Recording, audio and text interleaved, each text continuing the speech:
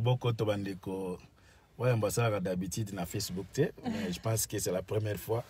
On a tous la machine na Davina Bokecho donc muto asimba na Facebook ye wala po na mona ka bobenga ngai oh ouais mbotozo komela ete pour moni na oseka ça veut dire sengo ezali bolongola ba panique awa tozali ndeko soko koti au partager ba toza na kati déjà ba koti bandeko ba koti bo partager c'est toute la première fois pété mon moni direct na face ya Wayambo bo partager en tout cas awa toza na famille complète Wayambo donc on a ebisa ki bino lobby que ceux qui ont besoin de vraie information, ceux qui ont la famille n'a été zangai.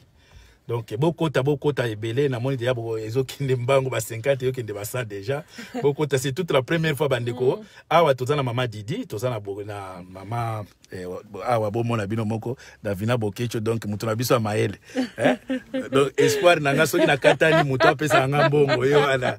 Donc apesi mama chance mbote na pesi Cédric mbote donc famille au grand complet pour vous dire que na sali tout pona le cas pour battre belé boleli par rapport à la situation ya Wayambo na bande ko le katé parce que il fallait que soit vraie version ya arrestation ya Wayambo.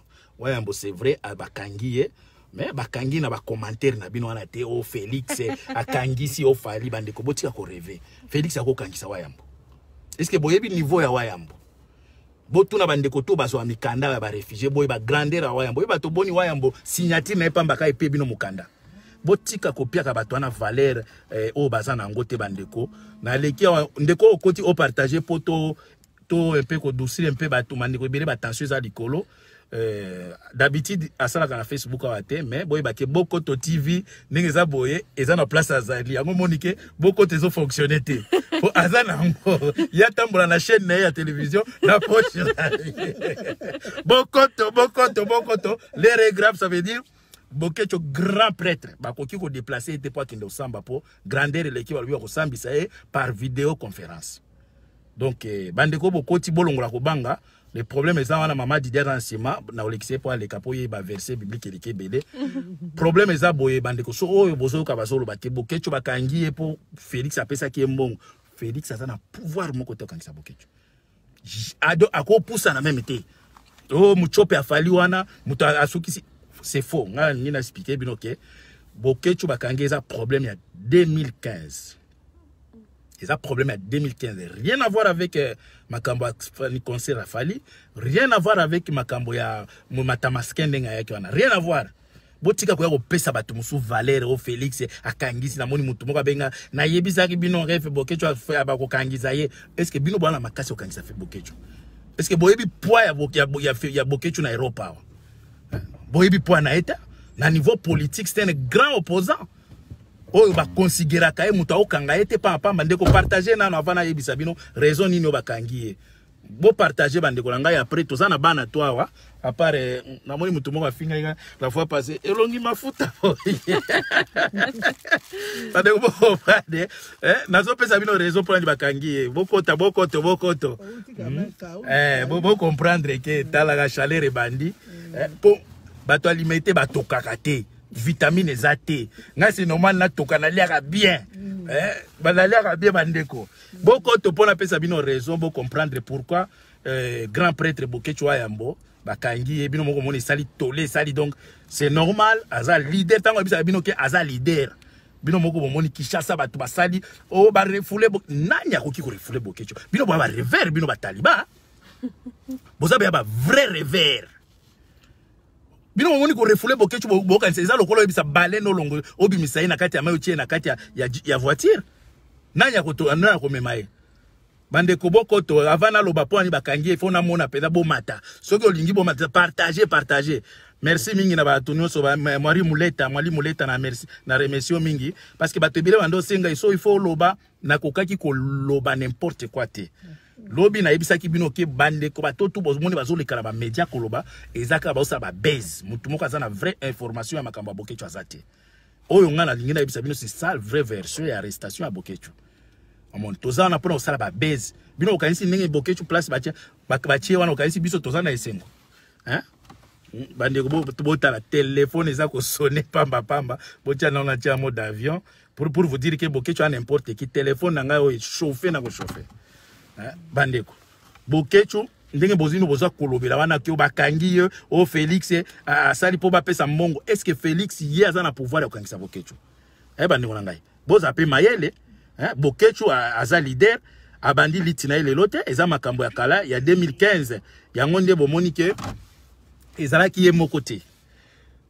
Problème ya 2015 ezalaki ngai Wayambo na Vieux Jaco Sayala.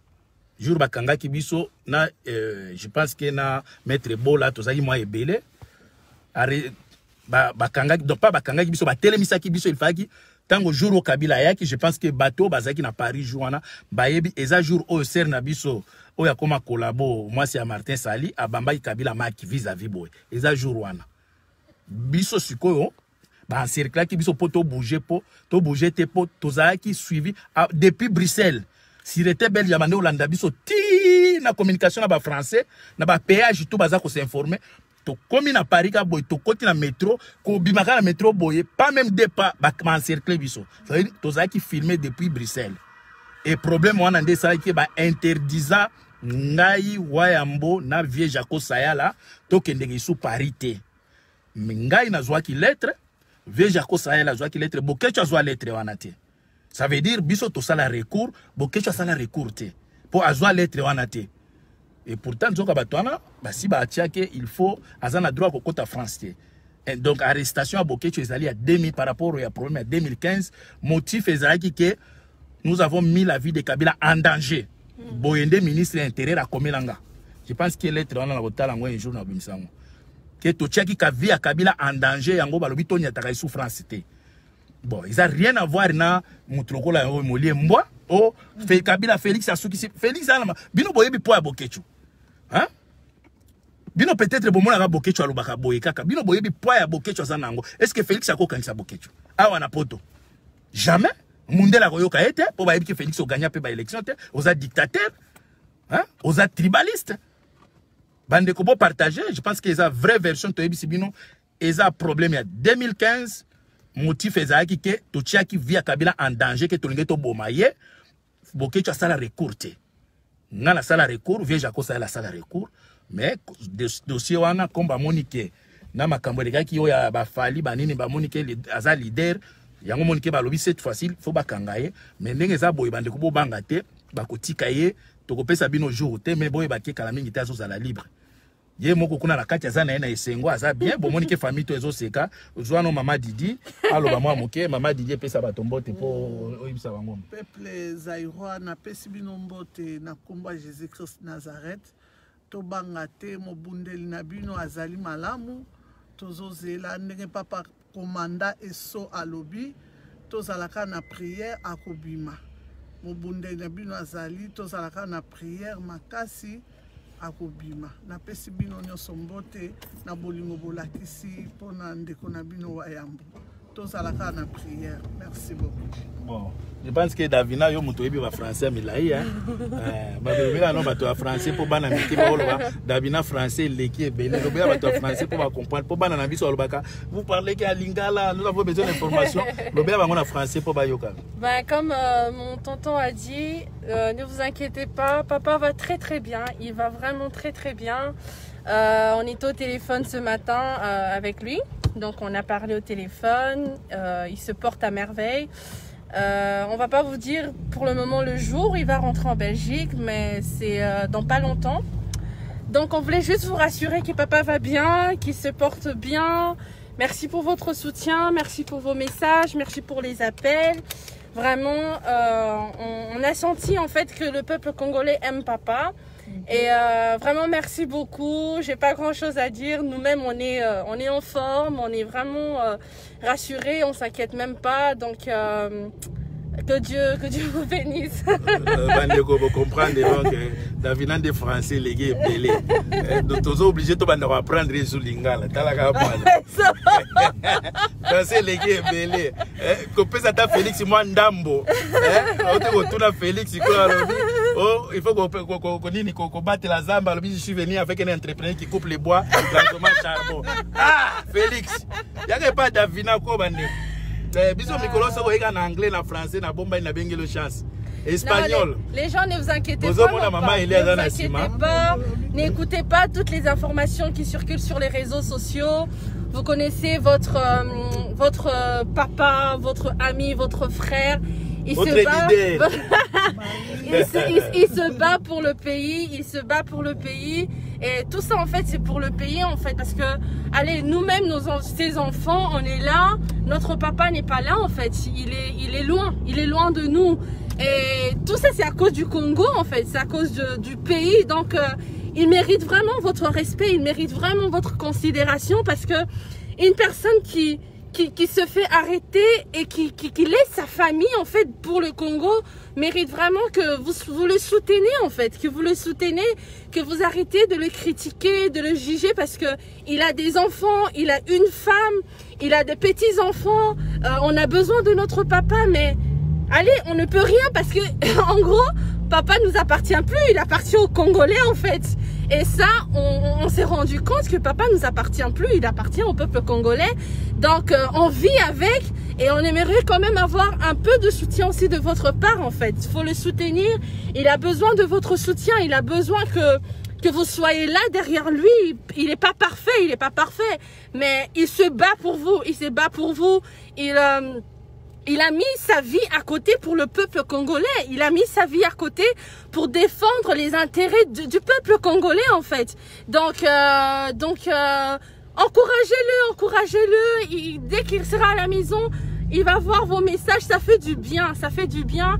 Et quand on lit vos messages de soutien, quand on reçoit vos appels, ça nous fait vraiment du bien de voir que voilà, il y a le peuple congolais qui est derrière papa, qu'il n'est pas seul, que vous êtes là avec nous parce que en tant que famille, vous vous rendez compte que ça fait mal. Ça fait mal de se dire que oui, son papa n'est pas là. Ça fait mal de se dire que sa maman, son mari n'est pas là. Moi-même, j'étais au travail. Depuis qu'on a arrêté papa, j'ai dû prendre congé 3 jours justement parce que voilà, c'est mon père. Et il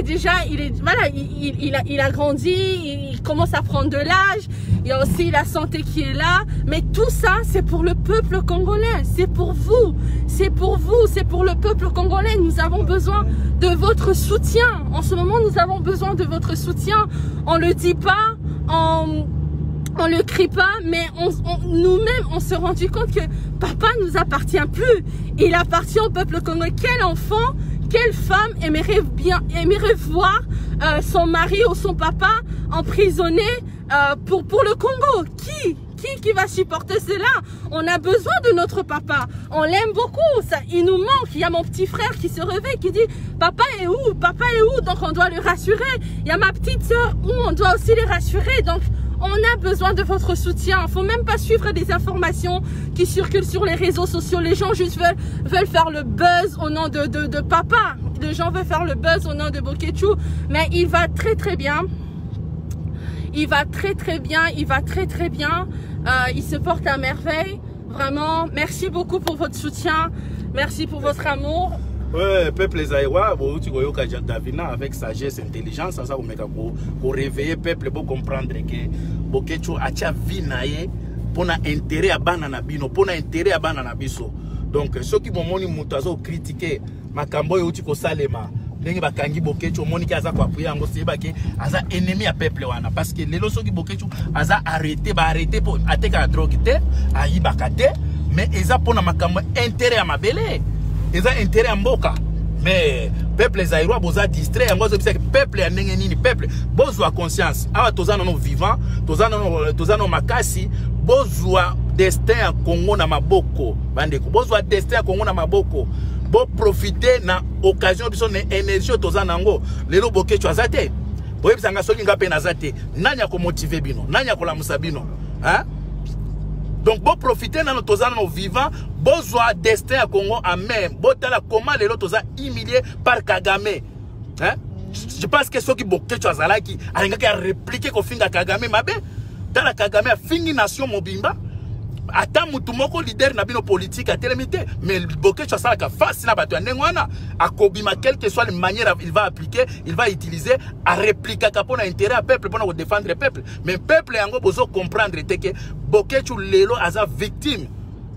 ya kokoluka liberté à peuple wana. C'est ça. Liberté à peuple wana za victime. Atiki moi sina ba na za na problème ba santé ba nini. Mais lelo bokecho andimi que ça va ba kangangai pour kaka message ekende. C'est ça. Bande ko bozwa conscience. Bozwa conscience botika olanda ba taliban ko lobake ba kangi bokecho ndenge za boye Félix asukisi Félix ça makasi asukisa bokecho. Ils n'ont rien à voir avec les peuples, avec Félix, rien à voir avec Muchopia Fali. Ils ont en 2015, ceux qui ont joué à Kabila, ils ont été bomaillés. Bon, moi, je ministre intérieur, ils ont Komeli, Bokechu, Otia, Origo, Boma Kabila. Binos Kobolo, Félix, Félix, ça Muchopia Pamba, Bazo Sakane, pas Kagame, Boisaki, Félix, Félix, a makasa au à Bokechu. Ou bien Bokechu, c'est Félix. Bokechu mutasuki c'est Félix. Aya out na France. Bolandi Kagame. Mais Bolandi interview à président Nabino. Ata mwana mwasi abondela mobali boete. Ozo banga Kagame azo seka. Bibembe Nabino alobi ke je m'en fous na liwa peuple congolais. Mutu moko akufa te. Bebo fandi Nabino ba politicien tout ba komi ba baba. Bango tout me Bokechu aza mobali. Ceux qui n'ont pas peut-être retourné à l'ambassade de Rwanda. Moi, je suis retourné à l'ambassade de Rwanda.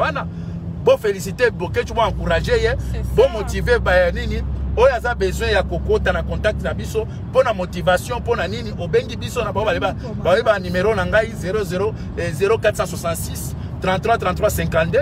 Ce que vous avez besoin de vraie information. Pas d'information, la base. C'est ça. Oh, Fali à Kangisi Bokechu. Oh, Nanya Ebisibino qui bat dans la banane. C'est le moment de soutenir. Donc, tout ça qui te demandait qu'on le battait. Pourquoi? Parce qu'il fallait qu'il y ait une vraie raison, il y a arrestation à Bokechu. Raison, il y a et ça pour Bokechu, il y a Makabila en 2015. Est-ce que beaucoup félicité? Vraiment. Beaucoup de traitants pour que place. Dites amen. Ok, merci Mingi. En tout cas, Kalamingi était dans le canal live côté Moussousou Pona Koloba. Merci Mingi. Davina à Rosilissa. En tout cas, merci beaucoup. Merci pour votre soutien. Merci vraiment pour tout l'amour. Merci vraiment et n'oubliez pas que tout ce qui se passe ici, c'est vraiment pour le Congo. Il faut pas partager pour éteindre. Batebele bazo souffrir. Oui, oui. Bande kwebele bazo souffrir na mbanda ka babenga na est na bunya na Ituri. Ceux qui olingi Congo partager pour message ne kende ba ke Bokechu donc bakotika e. Parce que batebele ba bengi ngai parfois na ko répondre était pour nazaki na vraie information te. Pour le moment, message yangwana, aider Mandeko, baza besoin d'information, partager message au pot, batuba ebake boke, tu as un leader, boye bake bakangie pour Namboka. C'est ça. Ceux qui ont bakangie pour Moyibi, en tout cas, n'a soutenir yete, n'a pas makamonete, mais bakangie pour na yo. Ils ont le droit de dire Jésus a coupé la batte. Le boke, tu as victime pour na bino ba congolais. Bolingi côté les matés. C'est ça. Aza victime pour na bino. Pour ceux qui botent les mecs à la Tobengani Kabila, les loba linga bakanga boke, tu t'es? Nanyangwa lingakaza na 4000 boy amona ka couleur moko. C'est ça. Mais pour le moment azana place oyo eza place à Sengote. C'est ça. Ceux qui tozo seka ezaka pona ko motiver bino. Normalement baba to musu boy bazolela parce que mutu moko te andimaka te bakanga ndeko na ye obe papa mwana uti ko yebisa bino azana mwasi na ye azana ba habitude ba bato ba mesana na famille ba occupation ba comment ba benga ba nini ba devoir. Mais lelo Bokechu azate pour nini po yonde ko na biso congolais olingi ko tele maté. Olingi hôtel maté. Donc merci Mingi en tout cas pour partager le message ébélé. Donc voilà, donc merci encore pour votre soutien, merci encore pour votre soutien, merci pour les ondes positives, merci pour vos paroles d'encouragement. Vraiment que Dieu vous bénisse, on est ensemble. Soyez forts, restez forts parce que papa voudrait aussi que vous soyez forts pour lui et pour le Congo. Donc nous-mêmes aussi, on est forts. On est fort. Tout va bien. Ce matin, j'ai eu papa au téléphone. Il se porte bien. Peuple quelle sorte de peuple. Aïe, puis ça, vous comprenez.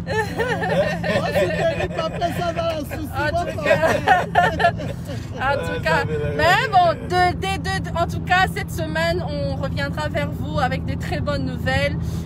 Tout se passe bien pour papa.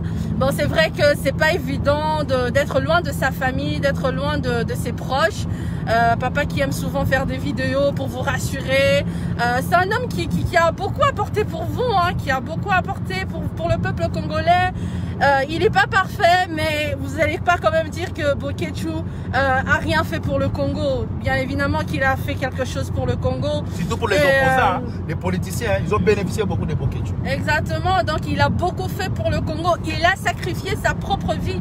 Je ne le dis pas seulement parce que c'est ma fille, mais enfin parce que je suis sa fille. J'ai vu mon père sortir pour le Congo, à dormir dehors, pour marcher juste pour parler de droits de peuple congolais en fait. Souvent rester là à la maison alors que notre papa était dehors. Donc un peu de reconnaissance, ça ferait pas du mal en tout cas à votre chouchou de la diaspora.